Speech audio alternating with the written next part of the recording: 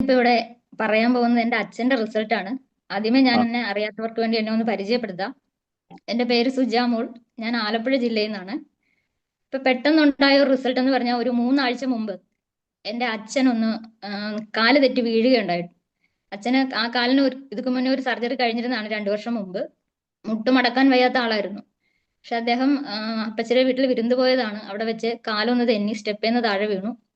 അപ്പൊ തന്നെ ഞങ്ങളുടെ അടുത്ത് ഉണ്ടായിരുന്നതുകൊണ്ട് തൊട്ടടുത്തൊരു ഹോസ്പിറ്റലിലേക്ക് കൊണ്ടുപോയി. അർത്തിങ്കലെന്താണ് ആ ഹോസ്പിറ്റലിന്റെ പേര്. അവിടെ കൊണ്ടുപോയെന്ന് ഉടനെ അവർ എക്സ്റേ എടുത്തു.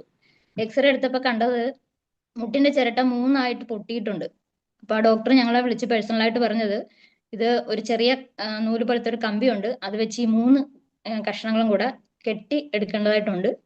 ഒരു 1 1/2 വർഷം അനങ്ങാതിരിക്കേണ്ടതായിട്ട് വരും.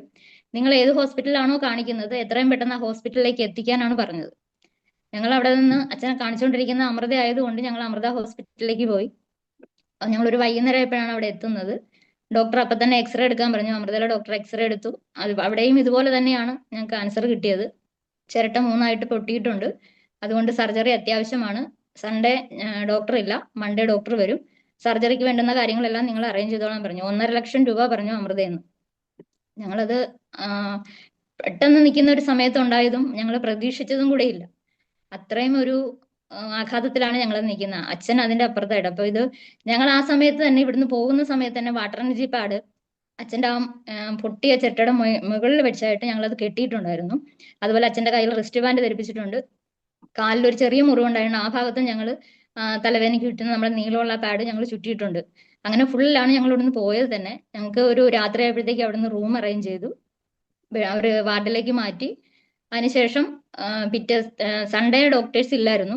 ഞായറാഴ്ച അമൃതയിലെ ഡോക്ടർ വന്ന്, ചന്ദ്രബാബു ആണ് ഓർത്തോയിലെ അച്ഛനെ നോക്കിയത്. ഡോക്ടർ വന്നു കഴിഞ്ഞിട്ട് അച്ഛനോട് വന്നിട്ട് പറഞ്ഞു, സർജറിക്കുള്ള ഒരുക്കങ്ങളെല്ലാം ഞങ്ങൾ റെഡിയാക്കി വെച്ചിട്ടാണ് നിൽക്കുന്നത്. അപ്പൊ ഡോക്ടർ ഒന്നുകൂടെ അച്ഛന്റെ എക്സ്റേ പരിശോധിച്ചു. അത് കഴിഞ്ഞിട്ട് അച്ഛനോട് ചോദിച്ചു, കാലൊന്ന് പൊക്കാവോ എന്ന് ചോദിച്ചു. അപ്പൊ അച്ഛൻ കാല് പൊക്കുന്നു. അപ്പൊ അച്ഛനോട് ചോദിച്ചു, വേദന എന്തെങ്കിലും ഉണ്ടോ എന്ന് ചോദിച്ചു. പക്ഷെ അച്ഛന് നിലവിൽ വേദനയില്ല. അത് വല്ലാത്തൊരു ഇതാണ്. കാരണം മുട്ടിന്റെ ചിരട്ട 3 ആയിട്ട് നിൽക്കുന്ന ആൾക്ക് അതെ വേദനയില്ല അതെ. എന്ന് പറഞ്ഞപ്പോൾ ഡോക്ടർക്ക് തന്നെ ഒരു സംശയം, അതെന്താണ് അങ്ങനെയെന്ന്. അപ്പോഴാണ് ഡോക്ടർ അച്ഛനോട് ചോദിച്ചു, കയ്യിൽ അച്ഛന്റെ ഇത് റിസ്റ്റ് ബാൻഡ് കിടപ്പുണ്ട്. അപ്പൊ ഡോക്ടർ അത് പിടിച്ചു നോക്കിയിട്ട് ചോദിച്ചു, ഫോട്ടോ എടുത്തു. അച്ഛന്റെ കൈ കിടന്ന ബയോട്ടോറിയത്തിന്റെ ഇതിന്റെ ഫോട്ടോ എടുത്തു. അതിനുശേഷം ഡോക്ടർ നെറ്റിൽ അത് അവിടെ തന്നെ നിന്നുകൊണ്ട് അടിച്ചു നോക്കി. അപ്പം കൂടെ നിന്ന ഡോക്ടർ പറഞ്ഞു, അത് ബയോട്ടോറിയത്തിന്റെ മാഗ്നറ്റ് ആണ്, കാരണം അവിടെ 4 പേര് യൂസ് ചെയ്യുന്നുണ്ട്. അപ്പൊ കൂടെ നിന്ന ഡോക്ടറിനോട് അത് പറഞ്ഞു കൊടുത്തു. അപ്പൊ ചന്ദ്രബാബു ഡോക്ടർ ഓൺ ദ സ്പോട്ടിൽ ഇല്ല, കാരണം ഡോക്ടറിനെ അവർ ഫോണിൽ വിളിച്ചാ സംസാരിക്കുന്നത്. അപ്പൊ ഉടനെ അവർ പറഞ്ഞു, അത്യാവശ്യമായിട്ട് ഒന്ന് സ്കാൻ ചെയ്യാൻ പറഞ്ഞു. അവർക്ക് ഒരു സംശയം, കാരണം ആളിന് വേദനയില്ല. അച്ഛനെ വാക്കറിൽ ഒന്ന് നടത്തിച്ച് നോക്കി അവര്. അപ്പൊ വാക്കറിൽ അച്ഛൻ നടക്കുന്നുണ്ട്. ഈ വാട്ടർ എനർജി പാഡ് അച്ഛന്റെ തുടയിൽ ഞങ്ങൾ കെട്ടിയിട്ടുണ്ട്. ആ സമയത്തും അച്ഛൻ അന്നേരം പോലും ഒരു വേദന പോലും തോന്നിയിട്ടില്ല. ഇന്ന് ഈ നിമിഷം വരെ വേദന ഇല്ല കാലിന്. അതുകൊണ്ട് ഡോക്ടർ പറഞ്ഞു, ഒരു കാര്യം ചെയ്ത് നമുക്ക് സ്കാൻ ചെയ്യാമെന്ന് പറഞ്ഞു. അങ്ങനെ ഞങ്ങൾ ഒരു സ്കാനിങ് റിപ്പോർട്ട് അവിടെ നിന്ന് എടുത്തു. അതിനുശേഷം ഞങ്ങൾ കൊണ്ടുവന്ന് കാണിച്ചു കഴിഞ്ഞപ്പോഴത്തേക്ക് ഡോക്ടർക്ക് തന്നെ അതിശയം. കാരണം സർജറിയുടെ ആവശ്യമില്ലെന്നാണ് ഡോക്ടർ പറയുന്നത്. കാരണം മുട്ടിന്റെ ചിരട്ടകൾ തമ്മിൽ ജോയിന്റ് ആകാൻ തുടങ്ങിയെന്ന്. ഞങ്ങൾക്കത് അതെ വിശ്വസിക്കാൻ പറ്റുന്നില്ല. കാരണം 69 വയസ്സായി അച്ഛന്. പ്രായമായ ഒരാളുടെ മുട്ട് അത്രയും പൊട്ടിയിരുന്നിട്ട് വേദന അതെ. എന്ന് പറയുന്ന സാധനം അച്ഛനില്ല. അച്ഛന് ഈ ചിരട്ടകൾ തമ്മിൽ ജോയിന്റ് ആകാൻ തുടങ്ങി. ഡോക്ടർ അച്ഛനെ വന്ന് നേരിട്ട് കണ്ടു. ഞാനുമായിട്ട് സംസാരിച്ചു.